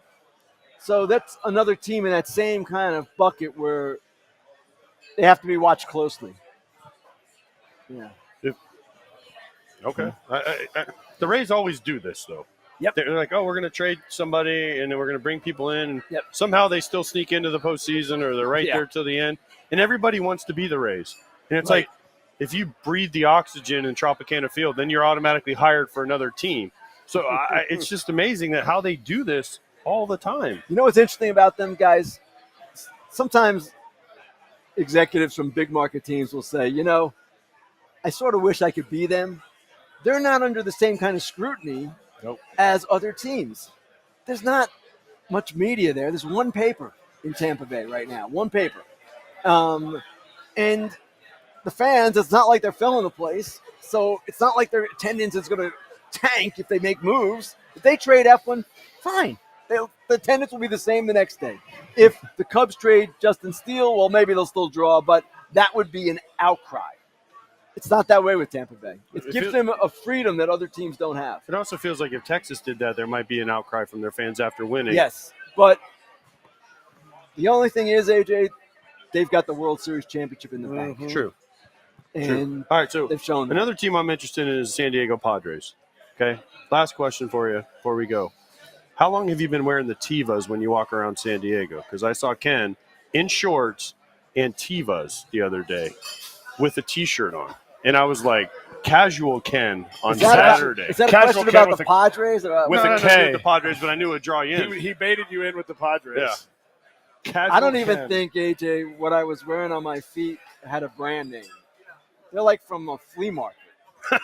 So I don't know what you're talking about. Tevas. They were knockoff. They They're weren't- not even brand whatever name. you just said they weren't that. Yeah, he's just giving me my next task. I will work on a sandal sponsorship That's for what they look fair like. territory. They look like the old Tevas with the Yeah. Velcro Yeah, I all know over what them. you You mean. know? They had Velcro. These on are it. great. Accurate call. Is that casual, Ken? It's great that AJ's checking me out head to toe. Yes, he was Now, he very doesn't have very excited. far to go. I know, AJ. Gotta be Not a great yourself, man. distance. I was just Wow. so shocked when I saw you. I was like, whoa, Ken does wear other things. Yes.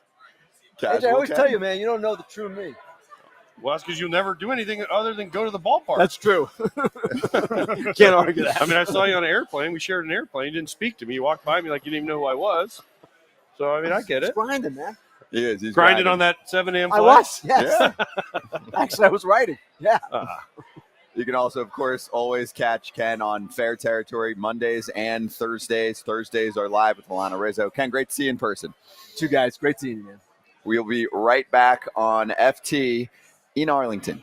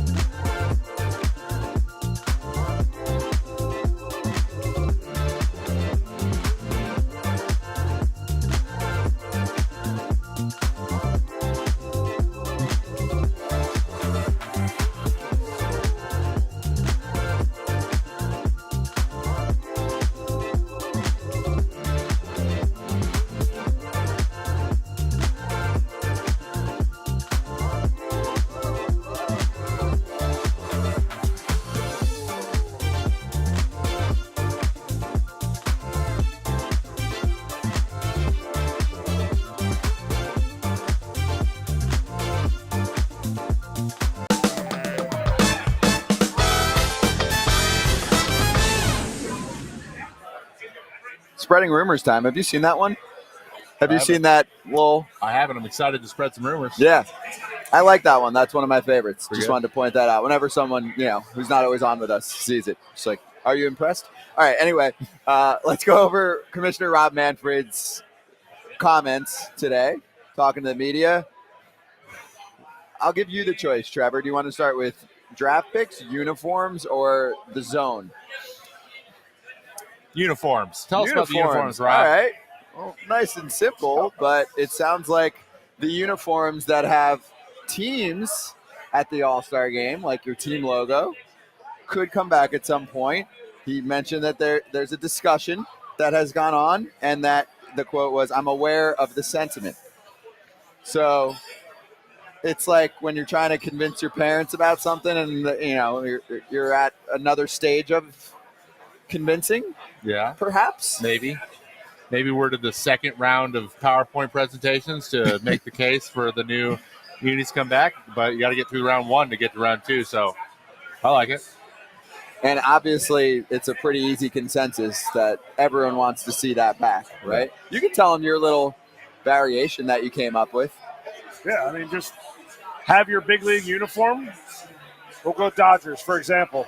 And you go there and you say, okay, the Dodgers lettering will have some kind of like silver since they use gold for world championships. Or like the Yankees pinstripes, if you look real close, each pinstripe is a star instead. And you're like, oh, sick, that's a Yankees jersey. But you get closer, there's little things that you can see. Oh, that's an all-star. That's a Judge all-star jersey. Have a patch. Everyone loves patches and pins, that kind of stuff. I don't know. In? Are you in? I'm in on it. Are you in? I wish they'd just go back to the old, you have a BP top National American, and then the game you wear your own uniforms. But they have to. I don't think they're going to do that because they have to make But the money. BP I just top said you sells sell it. the BP, The top. BP, I know, but you think people will just buy the BP top? Yeah, people used to. Why not? People aren't buying the jerseys now, Right. Okay. right? You see a lot of them around. Have you seen a I lot do of not. them? I barely see any. I see like freebies, basically. You know, it's like hotel lobby, they have to wear them situations. Yeah. Right? Yeah. You wear these. What's and you that? say you love them. What's that? The all-star jerseys? Yeah. The only one I haven't. Have you seen a lot of fans wearing them? You have? They were Seen wearing a them already handful. at the Futures game. They're already wearing them. I wouldn't have the Futures game. I don't know. I haven't seen a lot of them. Though. I saw them last saw 'em night. I at the saw a Derby kid a lot? wearing I don't feel like I You saw, saw many one at the kid Derby. wearing them? No, I saw. Yeah, I saw this one I kid. saw one kid wearing them. I mean, No, cool. I Do you saw know a how many kid. people I were at saw the a kid game? wearing. It was a Adolis Rangers jersey, and he had the Adolis All-Star jersey over top of it. So he just bought it. So he just bought it. So maybe we'll see more tonight. Okay. But I like Kratz's idea. Up next, Evan Trellick, our friend, with this tweet from the commish.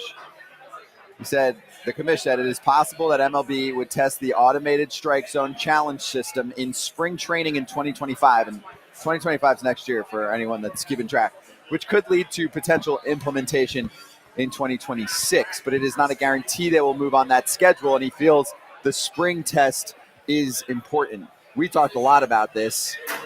What do you want? And also, if it works to perfection or really well in spring training 25, can't we just roll with it? Yeah, and remember what is it? The 50-day is the window he has now. He only has to say it's going to be a rule in 50 days, so it can be placed in 2025. So remember that. There's a reason that was put into the CBA last time. Yep. The interesting thing to me is every other rule change has moved so quickly, and this one is taking forever.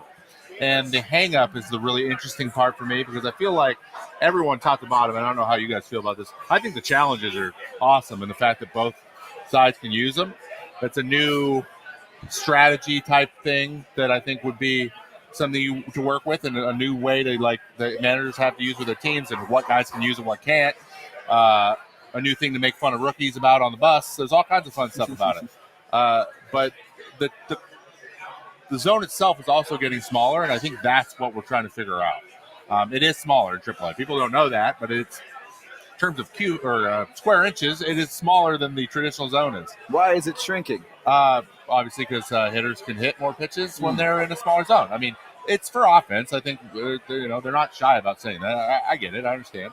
So it's almost interesting to see if the ABS has actually also helped pitchers quite a bit, and that didn't give the shift that we were looking for, and maybe trying to continue to make a little bit of adjustments. I feel like that's it. I know no one said it. It's probably just a theory, but like that might be what we're going to see. Like, how is this going to produce? How are big leaguers going to use and figure out this zone? And that's kind of the next step. So it is step 2. But I just want to see the challenges because I think that'll just solve 90% of the issues that people have. Yeah. I really do. It'll do two things. It'll get rid of the blatant, oh my gosh, Angel Hernandez that pitches in the next city. Yeah, we can fix that. Right. You would fix that easy. And it is super fun for fans in multiple ways, right? Like we've talked about who gets to poke fun at the rookie. How about the umps? There's nothing people like more at a ballpark than telling an ump that they're wrong and then actually now getting the proof and saying, told you, we all challenge together, you're wrong. I mean, it's a thing. I get it. Like it's not fun for the umps, but you know what you signed up for. Yeah. I have a. Since we're spreading rumors, I have a question for you guys. You brought up Angel Hernandez, who recently retired, whatever the terminology was. I heard someone talking last night. They think Angel Hernandez made bad calls on purpose at the end so that they would basically buy him out, which they ended up doing, right? They ended up basically buying him out and saying, here's a severance package, adios. So he, like, remember the 3 he called on Langford that were all like a foot off the plate? There's someone I talked to last night who thought maybe he did that on purpose because he's like, if I just keep being this bad, they're going to have to do something. They can't fire me, so they're going to have to let me go and give me a nice little package. So what you're saying is we're all playing checkers, and Angel's playing chess. Maybe. I don't know. And listen, I'm not saying it's true, but someone All did bring it part of up, the and plan, it kind of made you think about it for a second. I'm going to say something none of you have thought of. How about the fact that the value in receiving that some teams have built some of their lineups and behind the dish on are now entrenched in their lineup, entrenched in their roster. And if the owners say, whoa, whoa, whoa, Major League Baseball says, whoa, whoa, whoa, we don't want to move quite so fast so we can adjust our roster, that might delay this happening because there's going to be some guys who can only receive that are going to be out of the game. Yeah, but not necessarily because you're still going to be an umpire calling balls and strikes. It's not automatic. So Right. there's still there'll still be value in that because you're still going to have an umpire. And there will be hitters that are like, I'm not really sure that was a ball or a strike. He called it a strike or he called it a ball. So, I mean, there's still going to be value in that. Not going to be what it is now when if they ever go to the full ABS, then it's just get a That's guy out the back here window. that can knock the ball down and hit homers. Put a left fielder out there. Yeah. A left fielder with a good arm and isn't afraid to block the ball. Yeah. Want to do the next one? This is the last one. We talked about this on our Baseball America Hot Sheet show. So if you want to check that out at some point, you can type Baseball America wherever you get your podcasts or YouTube, Baseball America channel. Manfred kind of at least opened the door for trading draft picks.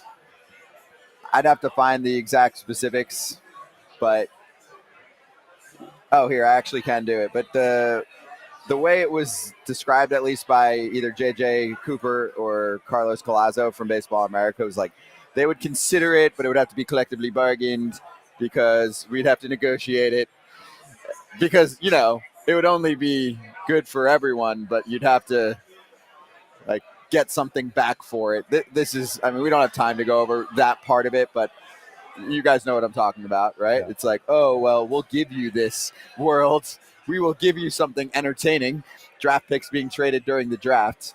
And in return, what are you giving us? But anyway, let's get to the fun part of it. Don't you think this would be cool?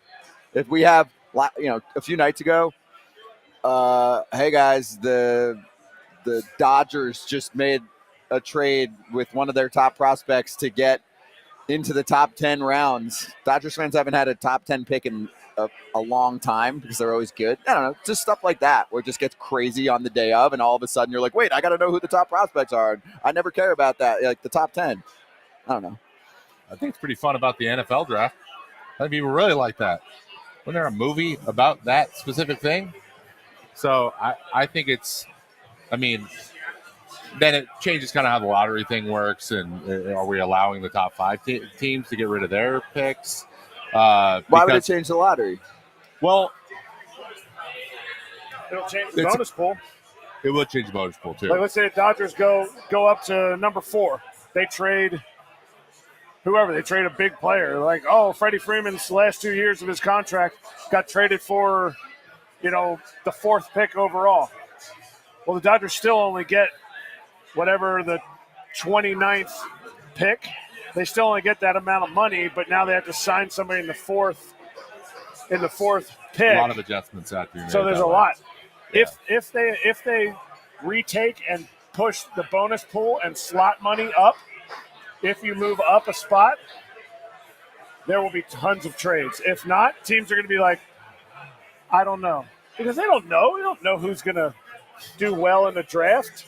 They're not just going to move up 6 spots because, well, there's this guy that is a – look at what they're doing now. They're not even taking the best player Like, they're taking the best value. So if you give them extra money because they trade, they want that big time. What do you think? I don't care. I don't, Come on. I really don't care. What do you mean you don't care? Like, Because what part it's don't you not going care to about? happen because it just won't happen. It's too complicated. Too complicated. We're talking about nothing. It's not gonna happen anytime soon. It might happen way down the road. Sure. But it ain't happening in the next Before collective bargaining. It's been a 26. competitive, Let's put it that balanced way. conversation anyway. So, Yeah. like, then what do we have? We got teams unloading guys and getting all the picks, and then we got the same issue again. Well, that's what's going to happen. Yeah. It's teams like Oakland or whoever. Or we use teams that Oakland. signed a bunch of guys, they spent money in the back end, then they trade those guys. They basically just bought picks. Yeah, that's what's going to happen. Like, That's what they're there afraid has of, to be too. a framework built of. Do you think the A's will trade 4 picks No. Yes, or to get trade picks away? No, trade to get picks. Because then they have more young kids, more 0 to 3 guys, 0 to 5 guys that they more, can. less throw of a out there. reason to win in the big leagues. Yes. Yeah. And they hope I they think it all would hurt hit. competitive balance immediately anyway. They're like, oh, we have a pretty good player, Mason Miller. He's about to be a free agent. We can get 2 first-rounders and a second-rounder for him and maybe a player. Okay. So you think that's how But they'll maybe go? And then they if get it's just but like here's But then one they have little to pay thing. more money. They'll get this No, massive here's my amount of question. slot money. What's to say they get more slot money and they don't use it all? Do you see what I'm saying? So That let's say would they be get pretty 20 million bad. in slot money Yeah. and they only use 18 of it. Do they get to keep the 2 million? Wait, that They would don't be pretty spend it, bad? yeah. You mean like a team has money and they don't spend it to make their roster better? That would be pretty bad. I live in a perfect world where everyone tries their bestest. And Well, football is different because you're picking for your need. We were awful in the year. secondary. The best safety in the market is available in the 6th pick. We're moving up 4 slots because we need the safety or we need a quarterback, and I know so-and-so is going 2. We got to move up to 4 so we can pick the next guy. I actually think AJ's take does make sense too, where it's like, is this really ever going to happen? No. If it's going to be something that has to get bargained, it's not Not if you're gonna talking happen. to the PA, and because Yeah. they're like we said, I've heard them talk about this. If this has been discussed for years, and one of the biggest things are teams will tank, trade away all their players, and get all the draft picks, and then hope they make it that way, and they can save so much money on players. I've sat in negotiations where this is one of the things they talk. Why don't we trade draft picks? They're like, we don't want that because it's just more incentive to tank. I thought Tony or somebody at the PA told us at one point that they were okay with it, and the league wasn't with the trading the picks. It's too complicated. One side says something. Listen, I'm always going to be on the player side, but Sure. know, obviously I only hear the players talk about it. Yeah. But I'm sure they're both like, oh, here's the reason. That's why it'll never happen because nobody can agree on anything hardly. We have a hard enough time agreeing on the All-Star game uniforms. How the heck are you going to agree on other stuff? It's like, yeah, let's go back to the beginning of this conversation where we have a uniform issue. So anyway. Strike zone, the automatic strike zone. All this stuff. Well, that stuff actually will happen. The middle part of this conversation is real. I do think we're going to have a challenge system at some point. I actually, lastly, want to counter your point about the rules going quickly. I called like Arizona Fall League games with a pitch clock a decade ago. And I was like, this is awesome. And then 10 years later, it's finally there. And it was already working there. And I think most of it just had to do with what we're talking about. Well, I was in the fall league 10 years ago, and there was no pitch clock, so you're lying. Maybe it was 8 years ago. Whatever. But yes, some things do take forever when they shouldn't. But anyway, we will talk to some people involved with the Mustard app, which is a training app, coming up in just a moment. And that includes Tom House. You might know that name, linked to Tom Brady, little throwing coach. We'll chat with him next.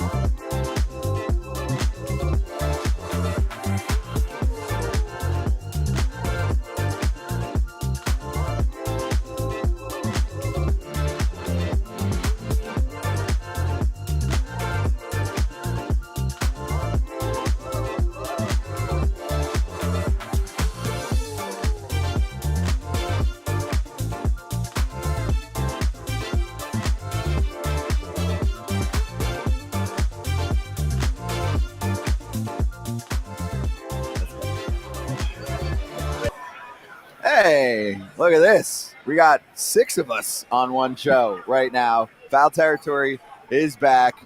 As you can see, the usual crew.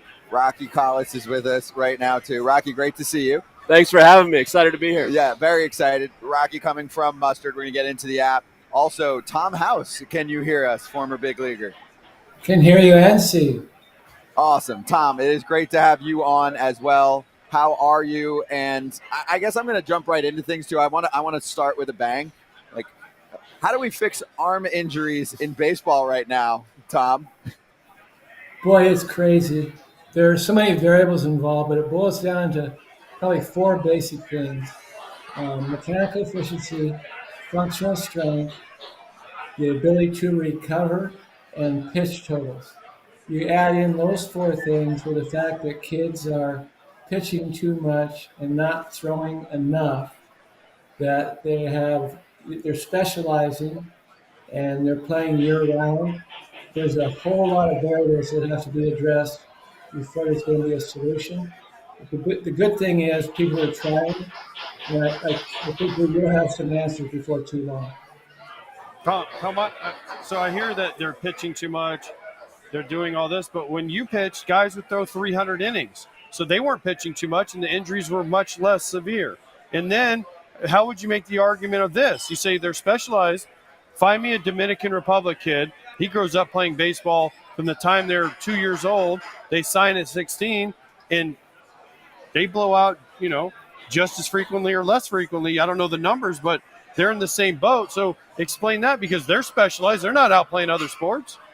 Yeah, the deal is that when it gets right down to the bottom line, I know my brother and I probably threw a million rocks at each other, at seagulls. We were throwing something all the time. What's going on now, the only time these guys play baseball is when they go to an event. Think about sandlot baseball. Are you guys old enough to know what even sandlot is? So that's when the neighborhood just got together and played. The only time kids play now is in structure. And that's one of the things. They get really good at a specific position, and they never really get a chance to do broad base, becoming an athlete type thing. So it's not that the athletes today are probably better talent-wise than when I came through the system, but their skill level and their ability to handle workloads is way less. Rocky, I want to let you chime in here. What's your answer? And also, can you explain to us how you're working on trying to fix that and get better coaching involved for kids that don't have access to it? So, look, I'm a recovered minor league pitcher turned entrepreneur, right? And much like Trevor, I grew up kind of learning from Tom from afar, reading all his articles, watching his VHS tape, stuff like that. To AJ's point, there are pitchers that have thrown 300 innings and survived into their 40s and pitched into their 40s, right? But I'll tell you that from like an entrepreneur's perspective, if you're looking to build a business, a startling percentage of those pitchers worked with Tom House. I would say most of the guys that pitch in their 40s had some interaction with Tom House over the course of their career and in multiple sports. So this is a guy that worked with Nolan Ryan, right? I mean, you go down the list, Kenny Rogers, guys that pitch into their 40s, Greg Maddux, a lot of them worked with Tom. And then even in football, Tom Brady. So from a business perspective for us, we want to give everybody access to great coaching like Tom. We want to democratize that great coaching. So we try to build products where it's not just read information from Tom and sort of understand what good looks like, but actually feel like Tom's eyes are on you. So we build these AI-based products where you upload a video to the system, and then for whatever the sport is, but in this case for pitchers, you get a report card on your mechanics, automatic plans, all built from Tom House and created by the AI. Now, what's contributing to injuries today that maybe didn't exist, to AJ's point a while ago? I think Tom's, I just try to learn from Tom on this, and I think he's made the point that there's all this emphasis on velocity now that a lot of us didn't necessarily grow up with the same pressures. But now all of a sudden, you feel like you got to have velo when you're 12, when you're 14. That used to be more for fun. We used to care what velo was at 18. So what we feel like we need to do now is give people a base of knowledge, a foundation that they can actually safely build upon. But if you're building velo when you got bad mechanics, or you're building velo before you have many innings on your arm, that's where we see a lot of guys blowing out. And you work with a lot of major league pitchers as well. right? Yeah, I think what's interesting about our technology is that it's new, and we've taken, I think, a different approach where we're really trying to democratize and give kids access. But because the technology is new, we got a lot of big leaguers that use it, and some guys that use it in conjunction with their work with Tom. The examples we've talked about publicly are Jose Barrios, who I think used it very successfully and has had an incredible career turnaround. Hopefully in part by his work with Tom. Walker Buehler's been working with us a lot. But the passion point for us is trying to give this technology to kids and give a great coach to kids. So in partnership with Tom's National Pitching Association, any organization, any Little League team, any high school can have access to our technology. And then in conjunction with that, access to a coach who's going to take them through it, make sure they have the inspiration that only a coach can provide, and also make sure they're using the technology in the most impactful way. I got a question for maybe both of you. Yeah. Why mustard? Why is it called mustard? Where did the name mustard come from? Because I've actually looked, I couldn't find anything. Yeah, I'm glad I'm answering this question on your show because there's a story that I can't tell on every show. So look, Tom and I and our other co-founders, my brother Luke Collis and Jason Goldsmith, who's a mental coach, we tried to come up with a name and we just kind of sucked at it, and so we have a corporate name, but we hired an agency after we raised some money. We hired an agency to come up with a list, and the whole list basically sucked, but we got down to 2. Mustard, which is put some extra mustard on it, cut the mustard. Kids like the name mustard. Yeah. We like the logos. Yeah. I don't know. We think they're cool. The other possible name was swivel.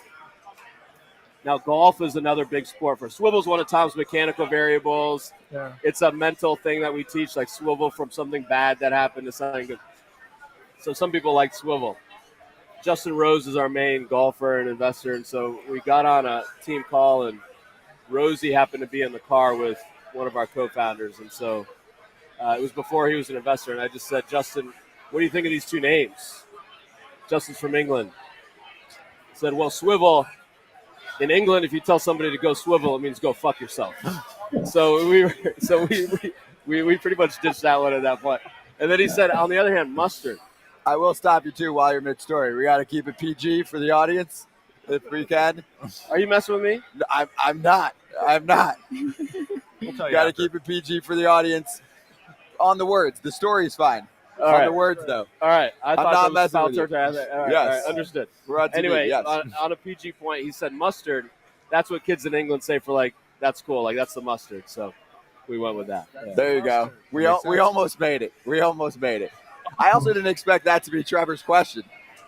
When you're looking at, mechanics getting broken down, what are you thinking when you're looking at the app right now? Like the way, obviously, related to how you learned to pitch. I don't think you had the access like that. Well, I was also someone, and Tom, it's great to meet you. I have read pretty much every article you've ever written. We used to have a 3D or a 3-ring binder, one of the 3 inches, just full of them. So we're talking 1999, 2000, 2001. This is my pitching Bible. My dad would always check it if we had questions and go check the internet if we couldn't find the rest. So, but I love to see it because so much of pitching coaching, I feel like, or getting coached as a kid is having someone look at what you're doing and then take some guesses. And now we have AI that can see a lot of this stuff, which having a baseline and teaching kids how to know what they're trying to do and then learn those skills and then apply those later as they get more advanced is super interesting to me. It's teach a man how to fish concept for me. So I'm really, really interested, though, about something Tom said, just to kind of pivot real quick. And you mentioned the guys are pitching more and throwing less. And I'm a huge proponent of just play catch all the time, but you don't necessarily have to be at the mound. I love playing catch. It's my favorite. I actually used it for conditioning, too. I just refuse to run and just play extra catch. So what would you recommend, actually, for, say, a guy who's 14 years old and he's getting to that point where, all of his friends are like, we play 10 months a year. And what would you recommend for them to do to throw more and maybe pitch a little bit less? That question, we could take a couple of days to get that down to what it really means. But here's a thought process that you probably don't realize you actually do. In today's game, these kids, they basically throw to warm up. instead of warming up to throw. And you can literally do 5 or 10 different things that will build arm and adapt your arm to velocity and or pitch totals without ever getting to the mound. So if I could recommend anything, I would make sure that they threw twice to 3 times as much on flat ground before they got to the mound. The forces that are generated on flat ground, we're designed as human beings, way back when, to throw rocks at rabbits on flat ground. We need to do way more of that long toss, playing catch short, getting tennis balls and throwing field balls with tennis balls. In other words, throw, throw, throw. And then when you get to the mound, realize that pitching on the mound is harder than the arm, because the only unnatural thing about pitching is throwing downhill. Everything else is the same.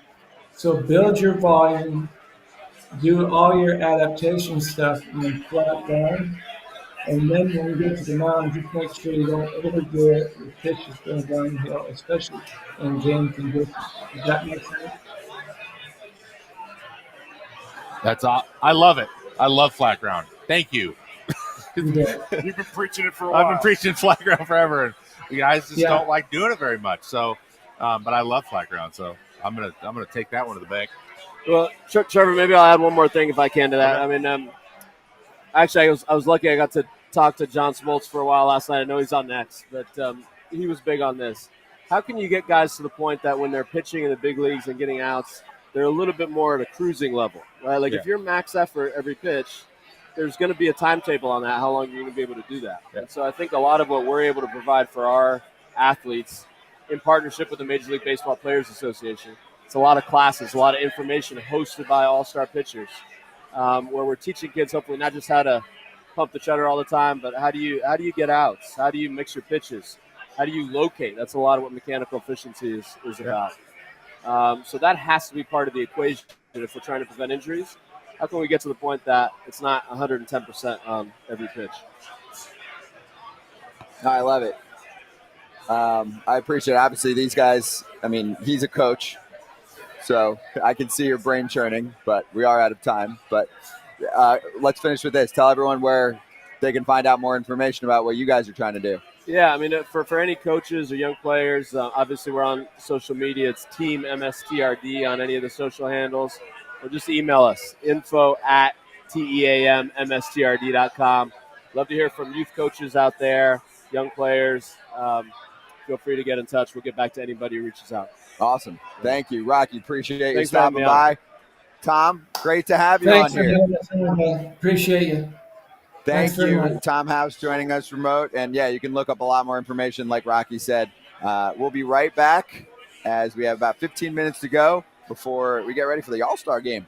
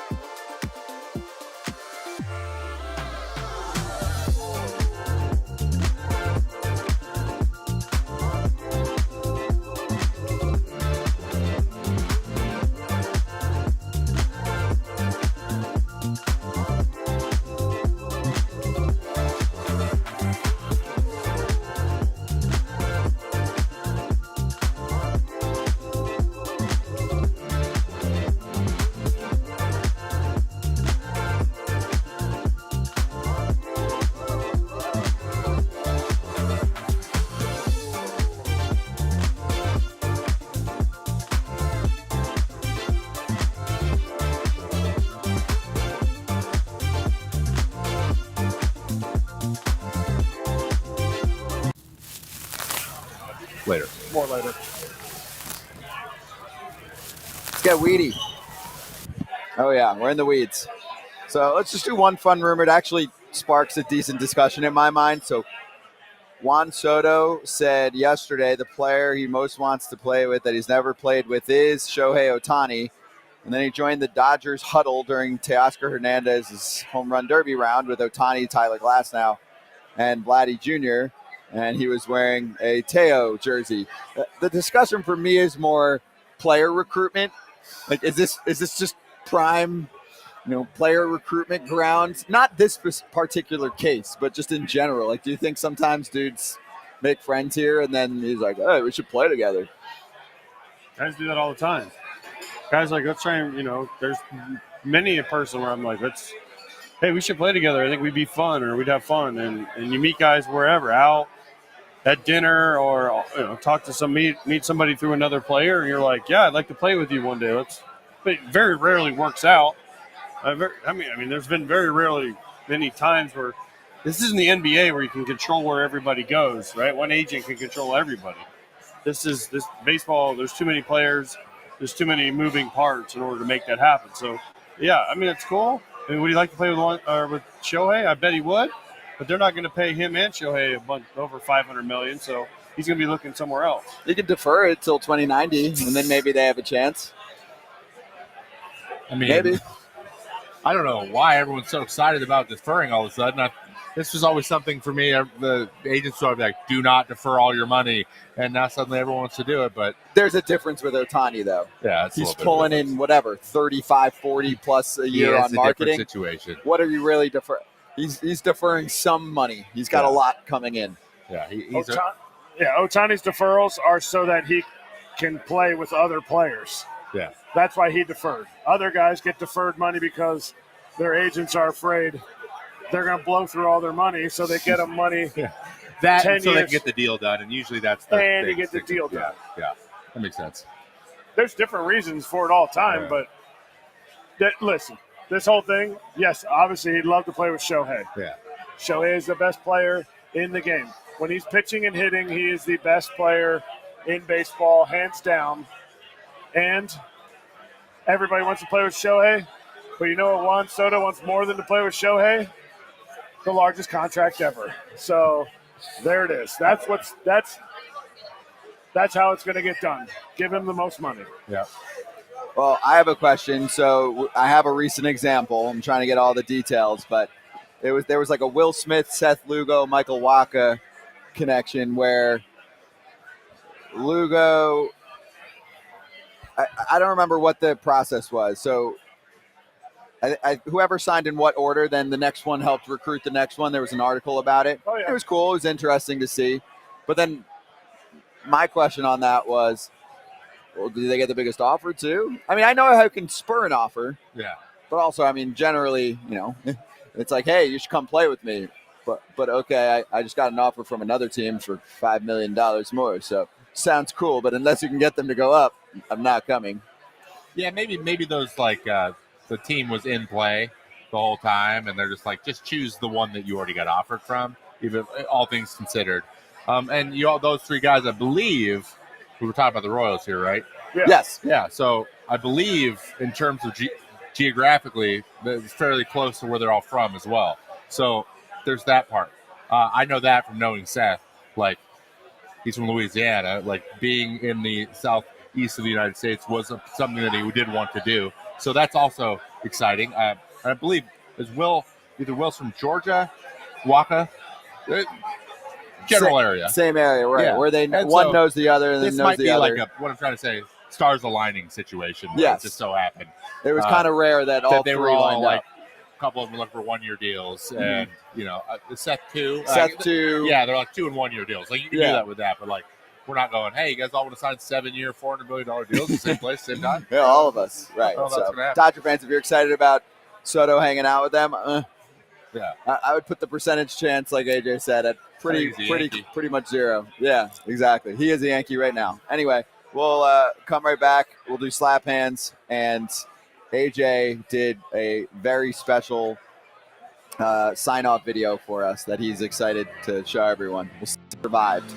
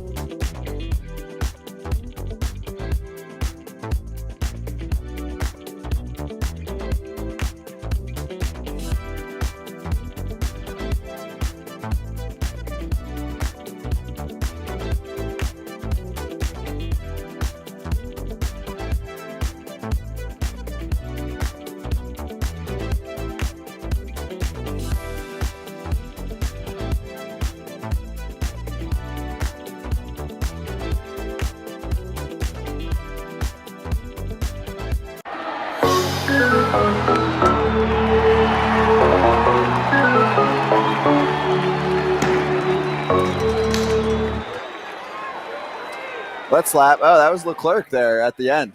Fitting. We are in Arlington, if you were not aware. And you can also catch us on many, many, many TV screens. More than I thought. You go to a lot of different bars, restaurants. Obviously, we're in Texas Live. You're walking by like, oh, cool, FT. So should we show it off? There it is. Coming to a bar near you. Foul territory. Look at us. It's the best baseball show out there. And that's not my words. That's the 10 to 15 people that came up to me at the home run derby, walking by, slapping hands like, hey, keep it up. I love AJ on your show. So I was like, okay, that was cool. One guy that said that was he called it my show, but he loves AJ. So it's cool. The Erik Kratz Show. Coming to a TV near you. Really nice I of you to love bring it. AJ on your show. Oh, yeah. AJ has his own show now, and it's not a baseball show. I really should have my own show of my life away from here. Well, this is And if part we of it. included it also. I would watch it. I would subscribe to it. Whatever it is, I would watch it. Yeah. Yeah, baby. This almost looked like AI for a moment, where I'm like, No, the hands are too good. yeah. Is that how you differentiate it? Of course, I why can't do they figure out show answer. it going so slow? Why don't they show when we sped it up? See? They didn't Honestly, speed I it think up. this is pretty majestic. Yeah. And you didn't fall. I did not fall. So, It's for people that disappointing. don't know, tonight when you're watching the All-Star game, Fox, we asked Glasnow about it. Did he go through all the things? They have like 3 sets they do for players where they come in, and one of them is like they come through a saloon door because we're in Texas. There's another one where they go into it's like they're in a bar almost. Saloon? Yeah, like a saloon. One of them's like, the famous Western scene, they kick the doors in. One of them's are actually in a saloon. And then the other one was they wanted all the players to get on the bull. Well, I don't know if some players I know got on it. I don't think they actually got to turn it on. Oh, my So gosh. they Can you imagine? So they had pads everywhere. The Still. operator was super pumped, though, because I'm like, I'm getting on it and you're turning it on. And he was like, yeah, finally. I get to play with my toy. So, fortunately, since Are I you work. sore from that today? No. Because you said it was hard to hold on. Yeah, because you're holding on with your legs. No, I am not sore. Okay, good. Okay, and even if I was, I have 3 days to recover. Tomorrow. Tomorrow you'll be sore. Well But it was said. awesome. I never got to do it, so I'm glad I got to do it. And at an Wait, All-Star you game. never gotten to ride a mechanical bull? I've Ever? never done it until yesterday. What do you get somebody that has done and has everything? Now it's one thing off Mechanical the list. bull. Gosh Easy. darn it. Christmas present, we all chip in. Nope. He doesn't want it anymore. He did it already. Right. It's over. We got to find something else. Yep. Kratz hats, what do you got? Portland Sea Dogs, we had Marcella Meyer on the other day when we were doing the show, and we have – do you know what that is? It's a whoopie It's, pies. oh, God, what are those called? Whoopie pie. Moon pie, whoopie pie. Whoopie pies. Whoopie pies, yeah. Whoopie pies. You got it? They were invented in Maine, so one night Portland Sea Dogs become the Portland Whoopie Pies. Oh, you guys wouldn't know this, but they got them up in the stands. I would eat them when I would chart every single time. Oh, yeah. So, but they're called something else in the stadium. That's what I was trying to think of. No, But no. I've eaten about 50 of those. No, in the stadium, they sell sea biscuits. Okay. Sea biscuits are the ice cream and Oh, they're different things. chocolate chip cookies. A whoopie pie is a chocolate cake cookie with icing. Okay. There you go. Now I know. You learn Now you everything on this show every day. Thanks for watching at a special time in the YouTube chat, on TV. Follow all our socials. Subscribe to our channels. You can usually just type in Foul Territory at this point. And thank you so much to the MLB Players House for hosting us. We've been live in Arlington. Thanks to the crew behind the scenes. What a damn show. What a week. And we'll see you in normal life. Enjoy the All-Star game.